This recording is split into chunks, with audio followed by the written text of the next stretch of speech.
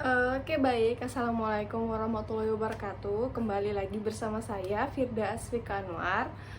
Kali ini saya akan membahas terkait dengan konsep dasar penelitian kuantitatif. Masih sama dengan materi sebelumnya, yaitu berkaitan dengan metode penelitian.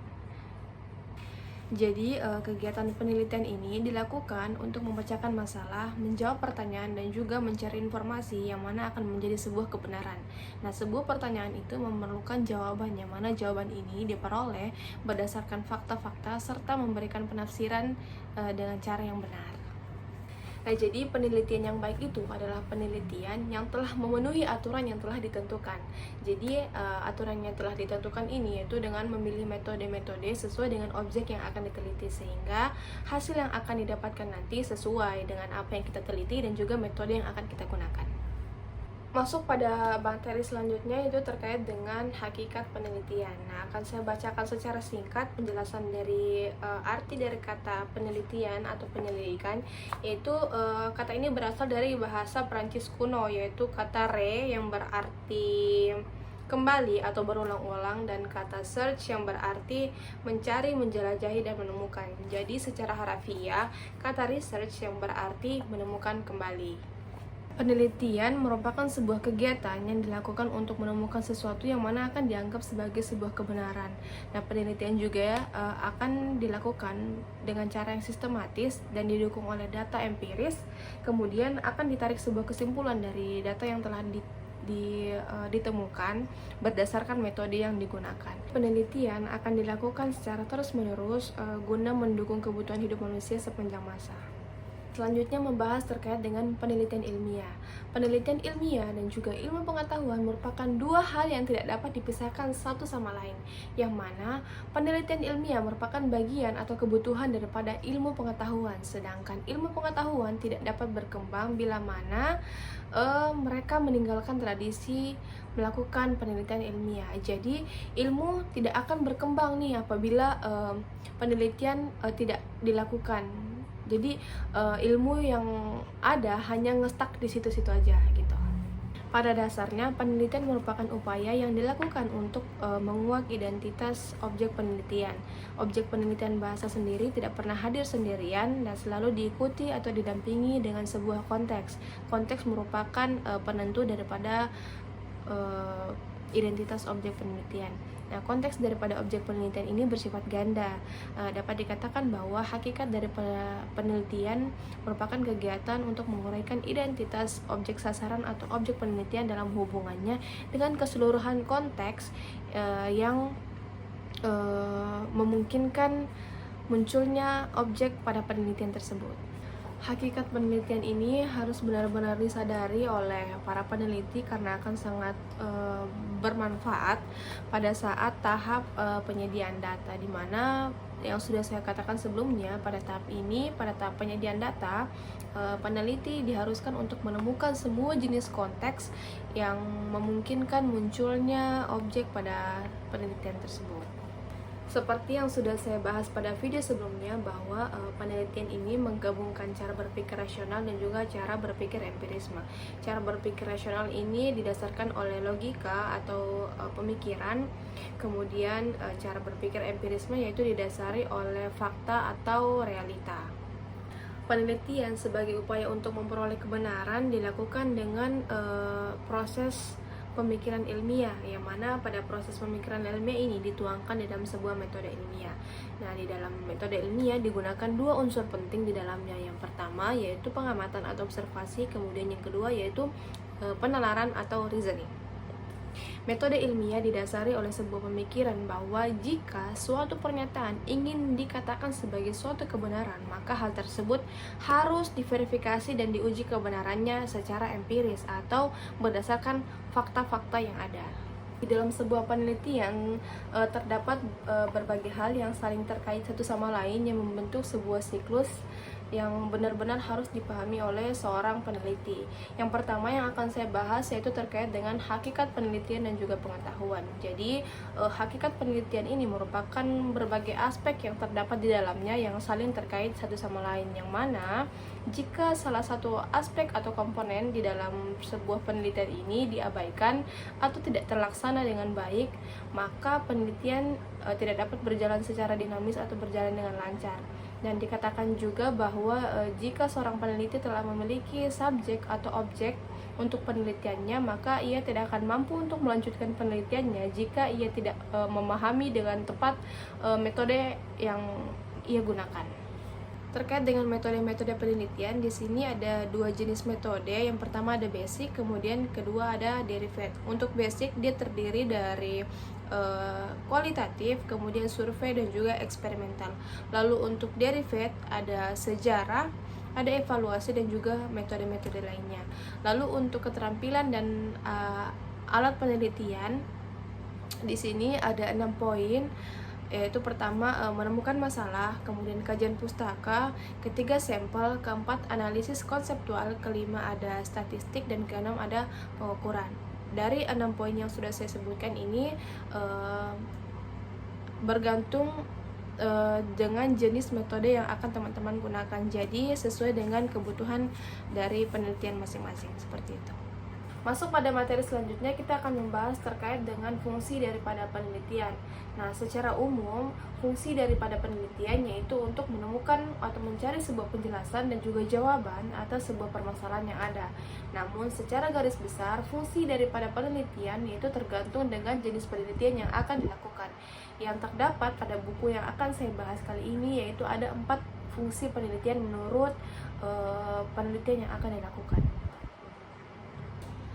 Nah, saya akan membahas terkait dengan fungsi penelitian secara garis besar. Untuk poin pertama yaitu sebagai media untuk penyempurnaan atau sebagai media untuk perkembangan ilmu pengetahuan. Nah, media untuk perkembangan ilmu pengetahuan ini biasa disebut sebagai fungsi development. Nah, penelitian dalam hal ini diharapkan bisa mendapatkan sesuatu yang baru ataupun menyempurnakan pengetahuan yang telah ada sebelumnya. Jadi dia menyempurnakan pengetahuan yang mungkin belum terlalu lengkap pada penelitian-penelitian sebelumnya. Dia menyempurnakan. Kemudian atau diharapkan menemukan hal-hal yang baru yang belum ada pada penelitian sebelumnya, seperti itu. Nah, untuk poin kedua terkait dengan fungsi penjajakan. Fungsi ini sering disebut juga sebagai fungsi eksploratif. Nah, maksudnya ialah penelitian sebagai fungsi penjajakan yaitu untuk mencari sesuatu yang belum ada sebelumnya atau menemukan sesuatu yang belum ada sebelumnya. Penelitian ini dilakukan untuk mengisi kekosongan ataupun kekurangan ilmu pengetahuan, seperti itu. Kemudian yang ketiga yaitu fungsi pengujian. Nah, fungsi pengujian ini sering disebut sebagai fungsi verifikatif. Nah, fungsinya adalah untuk menguji kebenaran atau memverifikasi pengetahuan yang sudah ada sebelumnya. Jadi dia menguji kembali kebenaran-kebenaran dari pengetahuan yang sudah ada, seperti itu. Kemudian yang terakhir yaitu membantu manusia untuk meningkatkan kemampuan mereka dalam menginterpretasikan fenomena-fenomena yang terjadi di lingkungan masyarakat ataupun sekitarnya. Nah, dikatakan bahwa penelitian dapat menjadi sebuah pemecahan suatu masalah yang cukup efektif di lapangan, misalnya untuk mengambil sebuah keputusan ataupun sebagai alat sebuah perencanaan. Nah, sebelum seseorang mengambil sebuah keputusan, tentunya ia akan terlebih dahulu berpikir dan juga mengamati lingkungan di sekitarnya. Nah, mengamati ini yang bisa dikatakan sebagai sebuah penelitian. Nah, jika seseorang sudah mengamati atau meneliti secara singkat di lingkungan sekitarnya, kemudian ia akan mengambil sebuah keputusan, di mana sebuah keputusan itu berdasarkan daripada penelitian yang telah ia lakukan sebelumnya. Nah, masuk pada materi selanjutnya yaitu membahas terkait dengan fungsi penelitian berdasarkan dari jenis penelitian yang akan dipilih. Untuk poin pertama yaitu penelitian dasar atau basic research. Nah, basic research biasa disebut sebagai penelitian pokok atau penelitian murni. Nah, fungsi daripada penelitian ini yaitu untuk menambahkan pengetahuan terkait dengan prinsip-prinsip dasar hukum-hukum ilmiah serta meningkatkan meningkatkan pencarian dan metodologi ilmiah. Kemudian bidang pengetahuan yang berkaitan dengan penelitian dasar yang ini yaitu sosial dan juga pendidikan. Dan akan munculnya berbagai kemungkinan. Di sini ada 2 kemungkinan, yaitu yang berkaitan dengan paradigma dan juga hasil daripada penelitian. Yang pertama, untuk paradigma, dia bisa saja memperkuat, mengubah, ataupun menolak hasil paradigma dari penelitian yang lama. Kemudian terkait dengan hasil penelitian, dia bisa saja memperkuat, membedakan, ataupun bertentangan dengan hasil penelitian lama. Nah, untuk fungsi daripada penelitian dasar sendiri sama seperti penjelasan daripada penelitian secara umum, bahwa fungsinya untuk mencari sebuah penjelasan atau jawaban terkait dengan suatu permasalahan yang memungkinkan untuk memecahkan suatu masalah.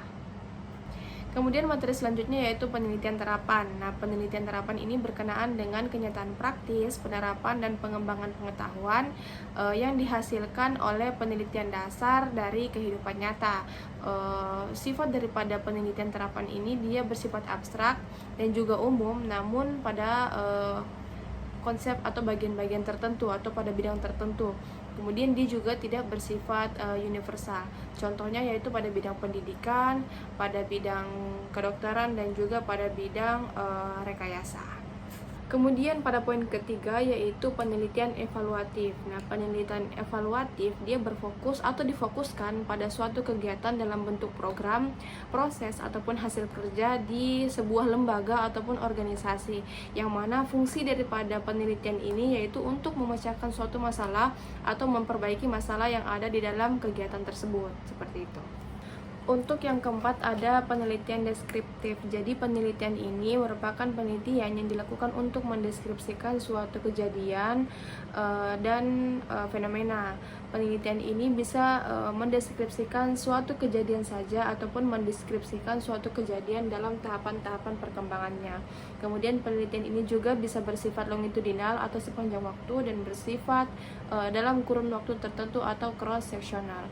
Untuk contoh daripada longitudinal, dia misalnya penelitian ini dilakukan secara terus-menerus dalam kurun waktu tertentu.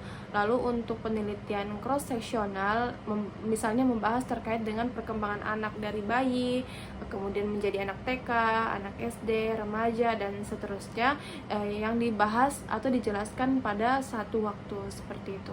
Kemudian ada penelitian prediktif. Jadi penelitian prediktif ini yaitu penelitian untuk memprediksikan atau memperkirakan apa yang akan terjadi di masa yang akan datang.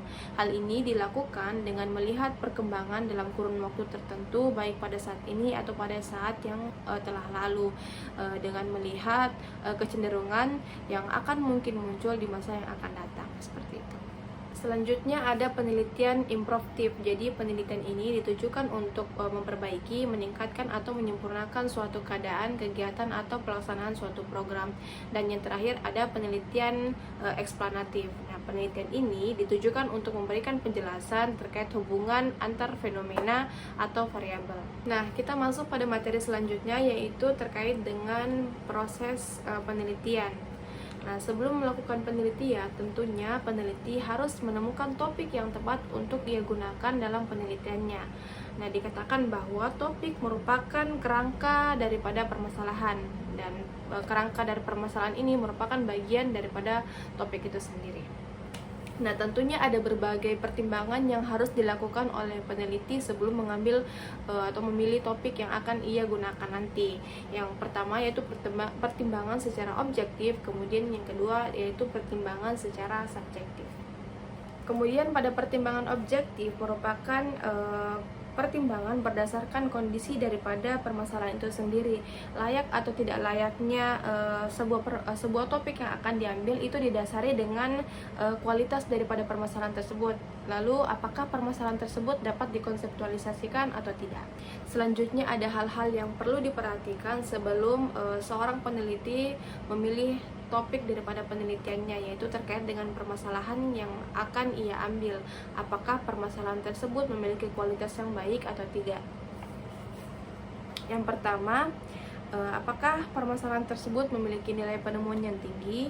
Kemudian yang kedua, masalah tersebut adalah masalah yang sedang dirasakan oleh kebanyakan orang dalam suatu masyarakat. Paling tidak beberapa kelompok masyarakat merasakan masalah tersebut. Yang ketiga, bisa jadi penelitian suatu masalah bukan pengulangan dari apa yang diteliti orang lain. Atau bisa dikatakan bahwa penelitian ini jarang dilakukan oleh peneliti-peneliti yang lain. Kemudian yang keempat yaitu masalah yang diteliti memiliki referensi teoritis yang jelas. Lalu sebuah permasalahan dapat dikonseptualisasikan apabila ia dapat menjawab beberapa pertanyaan yang akan saya bacakan ini. Yang pertama, apakah masalah ini memiliki batasan-batasan yang jelas? Kemudian yang kedua, bagaimana bobot dimensi operasional dari masalah itu? Yang ketiga, apakah masalah tersebut dapat dihipotesiskan jika diuji nanti? Yang keempat, apakah masalah penelitian memiliki data jika diteliti? Kemudian yang kelima, apakah masalah itu dapat diukur sehingga dapat didesain alat ukur yang jelas? Yang keenam, apakah masalah itu memberi peluang bagi peneliti untuk menggunakan alat statistik yang jelas apabila diuji nanti? Jadi 6 pertanyaan ini apabila dijawab daripada permasalahan-permasalahan yang ditemukan, maka ia dikatakan bisa dikonseptualisasikan. Lalu ada pertimbangan secara subjektif atau pertimbangan daripada sisi peneliti sendiri, yaitu berkaitan dengan kredibilitas calon peneliti terhadap masalah yang akan ditelitinya. Jadi suatu permasalahan dipertanyakan apakah masalah tersebut benar-benar sesuai dengan minat peneliti atau tidak, itu yang pertama.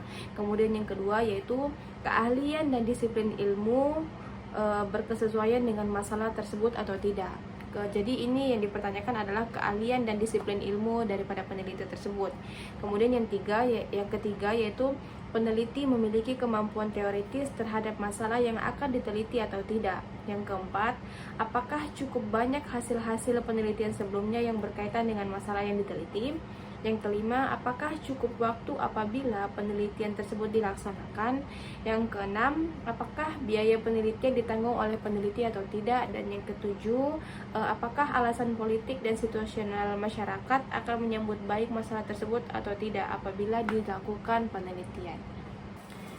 Selanjutnya ada pengkajian pustaka. Nah, pengkajian pustaka ini merupakan kegiatan yang dilakukan oleh calon peneliti dengan mencari sumber-sumber pengetahuan berdasarkan daripada bidang yang akan ia teliti.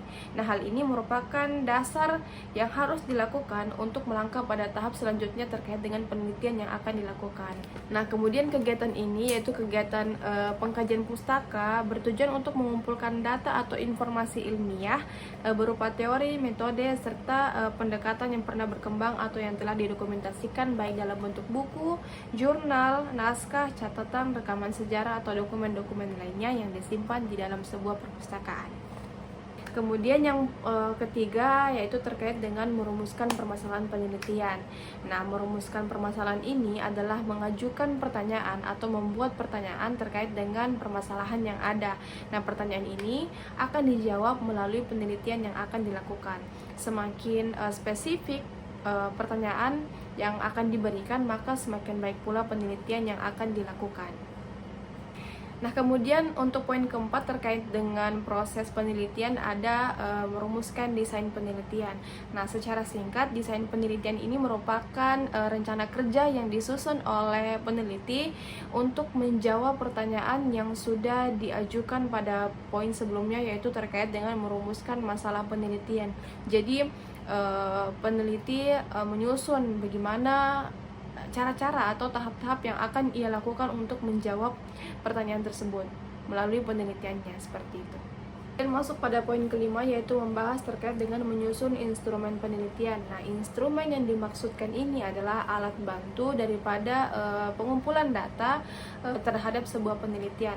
Nah, sebagai contoh yang sudah saya lakukan sebelumnya, saya praktikkan secara langsung, yaitu di mana kami menyebarkan sebuah skala. Nah, skala ini merupakan alat bantu dalam pengumpulan data. Nah, di dalam skala terisi berbagai pernyataan di dalamnya, di mana pernyataan tersebut kami adaptasi daripada item-item baku yang sudah ada. Namun ada juga di saat dimana kami membuat item-item itu sendiri atau kami konstruk karena disesuaikan dengan keperluan daripada penelitian kami seperti itu. Jadi skala yang kami sebar ini merupakan alat bantu atau proses pengumpulan data yang mendukung di dalam sebuah penelitian. Kemudian masuk pada poin ke-6, yaitu terkait dengan populasi dan sampel. Jadi populasi dan sampel ini merupakan dua istilah yang berbeda namun saling berkaitan satu sama lain, di mana populasi merupakan ruang lingkup subjek yang sangat besar, sedangkan untuk sampel sendiri dia dalam ruang lingkup yang lebih kecil. Jadi sampel ini merupakan perwakilan yang dipilih untuk menjadi subjek daripada populasi tersebut seperti itu.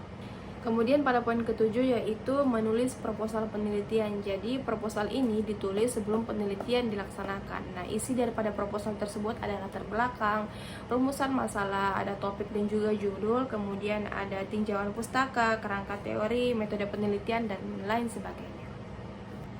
Kemudian pada poin ke-8 yaitu mengumpulkan data. Nah, sudah saya bahas sebelumnya pada poin ke-5 terkait dengan penyebaran skala. Nah, untuk pengumpulan data ini responden akan mengisi skala tersebut. Nah, hasil dari pengisian tersebut merupakan data-data yang diperoleh. Nah, kemudian setelah data tersebut telah diperoleh, maka akan diolah kembali seperti itu. Lalu pada poin ke-9 yaitu menganalisis dan menyajikan data, di mana proses ini merupakan proses sistematis untuk menguraikan, menginterpretasikan, dan mengolah data agar dapat ditarik sebuah kesimpulan. Nah, seperti yang sudah saya jelaskan sebelumnya dalam penyebaran skala, nah proses pengolahan data dapat dilakukan jika semua data atau keseluruhan data telah terkumpul dari semua responden seperti itu. Kemudian yang ke-10 yaitu menulis laporan penelitian. Jadi di dalam laporan penelitian ini berisi 9 poin yang sudah saya bahas sebelumnya terkait dengan pemilihan topik atau judul, kemudian perumusan masalah, kemudian ada sampel dan juga populasi, kemudian ada pengambilan data dan lain sebagainya. Jadi di dalam laporan penelitian ini semuanya telah terangkum di dalamnya seperti itu. Masuk pada materi terakhir yaitu klasifikasi penelitian. Nah, untuk poin pertama yaitu klasifikasi penelitian berdasarkan bidang ilmu. Nah, berdasarkan bidang ilmu ini terbagi atas 3 poin. Yang pertama yaitu terkait dengan sosial, kemudian yang kedua yaitu terkait dengan sains dan teknologi, yang ketiga berkaitan dengan agama. Untuk sosial di dalamnya ada terdapat hukum, sosiologi, pendidikan, dan lain sebagainya. Kemudian pada bidang sains dan teknologi di dalamnya ada fisika, biologi, kedokteran, keperawatan, kebidanan, dan lain sebagainya. Kemudian pada bidang agama di dalamnya terdapat tafsir, hadis, ilmu fikih, dan juga lain sebagainya. Kemudian selanjutnya klasifikasi penelitian berdasarkan pendekatan yang dipakai. Nah, pendekatan di sini ada 2, yaitu kuantitatif dan juga kualitatif. Nah, untuk penelitian bisa menggunakan salah satu dari antara keduanya ataupun bisa saling mengisi antara kuantitatif dan juga kualitatif, ya sebagaimana dengan kebutuhan daripada penelitian. Kemudian yang ketiga ada klasifikasi penelitian ditinjau berdasarkan pemakaiannya. Nah, di sini ada 2, yaitu pertama penelitian murni serta penelitian terapan. Untuk penelitian murni dia ditujukan untuk menemukan atau mengembangkan sesuatu yang baru, baik itu terkait dengan teori, preposisi maupun terkait dengan konsep.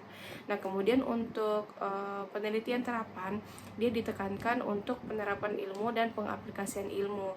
Nah, hal ini dilakukan pada masyarakat luas ataupun pada bidang-bidang tertentu yang seperti sudah saya jelaskan sebelumnya. Terkait dengan penelitian terapan ini dia terdapat pada pendidikan, kemudian juga pada bidang kedokteran seperti itu. Yang keempat ada klasifikasi penelitian berdasarkan tujuan umumnya. Nah, di sini ada 4, yaitu pertama ada penelitian kebijakan, penelitian evaluasi, penelitian pengembangan, dan penelitian verifikatif. Untuk penelitian kebijakan sendiri digunakan untuk mengeluarkan suatu kebijakan yang akan digunakan. Jadi membuat suatu kebijakan baru seperti itu. Yang kedua yaitu penelitian evaluasi. Nah, penelitian evaluasi ini ditujukan untuk menilai sesuatu yang sedang berlangsung ataupun sedang terjadi. ataupun sedang berjalan seperti itu. Kemudian yang ketiga ada penelitian pengembangan. Nah, penelitian pengembangan ini ditujukan untuk mengembangkan suatu konsep ataupun prosedur-prosedur tertentu. Yang terakhir ada penelitian evaluatif. Nah, penelitian evaluatif ini untuk membuktikan suatu kebenaran terkait dengan teori. Jadi dia membuktikan atau memverifikasi kembali terkait dengan teori-teori seperti itu. Lanjut pada poin kelima, yaitu klasifikasi penelitian berdasarkan tarafnya. Nah, di sini ada dua, yaitu pertama penelitian deskriptif, kemudian yang kedua ada penelitian analitis. Nah, untuk penelitian deskriptif sendiri dia mendeskripsikan suatu variabel tanpa melakukan sebuah analisis. Dia tidak melakukan sebuah analisis terkait dengan hubungan dengan variabel lainnya. Namun untuk penelitian analitis sendiri dia adalah kebalikan daripada penelitian deskriptif, di mana dia tidak hanya tidak hanya mendeskripsikan terkait dengan variabel tersebut, tapi dia melakukan analisis untuk membuktikan adanya hubungan terkait dengan variabel-variabel lainnya seperti itu. Lanjut yang keenam ada klasifikasi penelitian berdasarkan intervensi terhadap variabel. Nah, di sini yang akan dibahas yaitu ada dua. Yang pertama penelitian eksperimen dan penelitian ex post facto. Nah, penelitian eksperimen ini merupakan penelitian yang dilakukan untuk menjawab suatu pertanyaan terkait dengan mengapa sebuah peristiwa terjadi. Penelitian ini dilakukan dengan memanipulasi salah satu variabel, yaitu variabel independen. Mengapa dilakukan manipulasi? Nah, dilakukan manipulasi untuk melihat atau menentukan pengaruh terhadap variabel lainnya, yaitu variabel dependen. Kemudian penelitian ex post facto, ia merupakan penelitian yang dilakukan sesudah sebuah peristiwa terjadi. Jadi penelitian ini merupakan kebalikan daripada penelitian eksperimen, di mana penelitian ini dilakukan untuk meneliti atau melihat sebab akibat terhadap sebuah peristiwa yang telah terjadi seperti itu. Kemudian yang terakhir ada klasifikasi penelitian berdasarkan instrumen cara pengambilan data. Yang pertama ada survei. Nah, survei ini merupakan penelitian yang dilakukan dengan pengambilan data melalui cara pembagian angket, wawancara, ataupun observasi. Nah, penelitian ini seringkali digunakan pada bidang pendidikan, sosiologi, pemerintahan, politik, dan lain sebagainya. Nah, fungsi daripada penelitian ini yaitu untuk mencari informasi faktual terkait dengan suatu peristiwa yang tengah menggejala ataupun yang tengah terjadi. Nah, untuk penelitian non-survei, jadi penelitian non-survei ini seringkali digunakan pada bidang ilmu pengetahuan alam. Nah, penelitian ini juga membutuhkan waktu yang lebih lama terkait dengan penelitiannya, yang mana hasil daripada uji coba pertama akan dievaluasi dan kemudian masuk pada tahap uji coba selanjutnya. Jadi itu yang membuat penelitian ini menjadi lebih lama seperti itu. Sekian materi yang saya bawakan terkait dengan konsep dasar penelitian kuantitatif. Nah, semoga bermanfaat. Bye bye.